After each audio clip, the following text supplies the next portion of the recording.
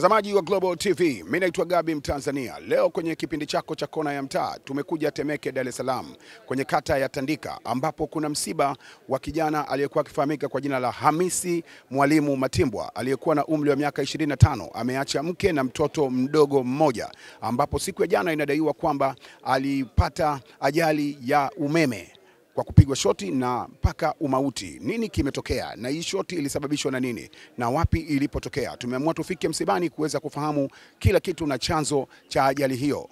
Nyuma ya kamera anaitwa Zakaria Gamondi. Pole sana kwa msiba. Ushapoa. Na ningependa kufahamu kwanza jina lako, unaitwa nani na marehemu ulikuwa uko naye vipi? Naitwa Tabia Yusufu Mwalimu.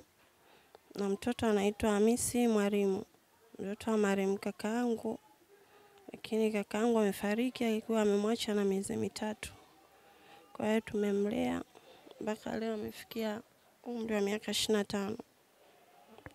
Nini kimesababisha kifo chake? Ni ajali ya shoti ya umeme. Amepata ajali, alikuwa kazini.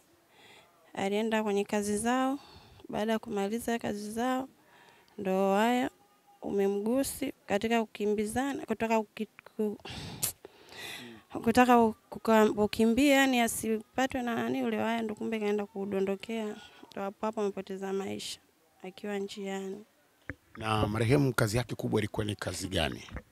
Alikuwa na store ya mkaa, alafu akiwa anakuwa na bosi wake ambaye anamfanyisha kazi ya kwenye magari makubwa ya mkaa ubebaji. Kwa hiyo shoti umeme alipata akiwa kwenye kazi zake, akiwa na gari hiyo ya mkaa? Na kadondokea kwenye gari. Na shoti hiyo imepiga maeneo gani, kwa maana ya eneo ambalo limetokea hiyo ajali ya umeme?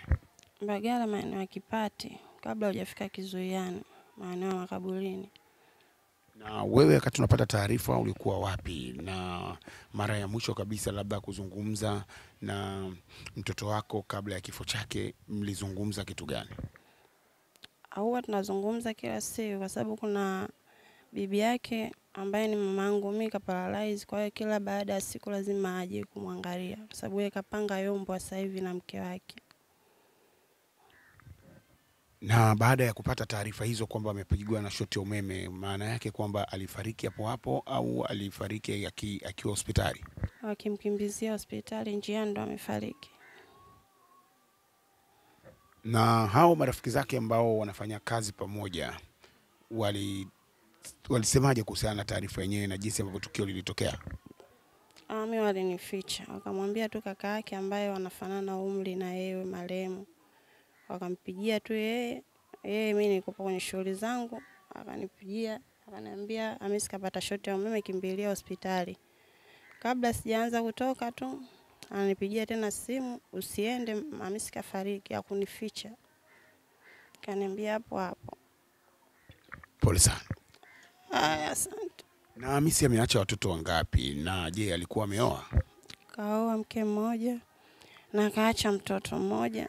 Lakini pia tumeambiwa kama ana mwanamke mwingine kazaa naye mtoto mwingine pia naye mchanga. Kamwacha mtoto hata 40 hajamaliza. Na huyo mwanamke mwingine labda alikuja kumtambulisha kwako kwa maana ya kumjua mkweo na mtoto ambaye amepata riziki kwa huyo mwanamke? Bado hajamtambulisha mtoto kwetu, ila alimleta yeye akiwa alikuja yule mdada akiwa na mimba kuja kutambulisha kama mimi mimba ya mtoto wenu. Na tukamwambia sawa, na mwenyewe pia hajabisha. Kwa hiyo mtoto bado hajaletwa hapa. Na vipi kuhusiana na mke wake, labda alimtambua huyo mke mwenzie ambaye amemzalia mume wake mtoto mwingine? Hajui. Bado hajaambiwa. Na Hamisi kabla ya kifo chake alikuwa ni kijana wako namna gani kwa maana ya tabia na makuzi yake? Mtoto wa kipekee sana katika familia. Yeye ndo msikivu na kila kitu ukiongea naye anakusikiliza. Hajawahi kufeli kwenye jambo lolote ukimwambia paka ushauri. Paka kwenye misaada ya bibi yake. Yeye ndo msaidizi wangu. Pole sana. Asante. Ili kuwa mwanafamilia bora wa Global TV, usisahau kusubscribe, like, kushare na kucomment.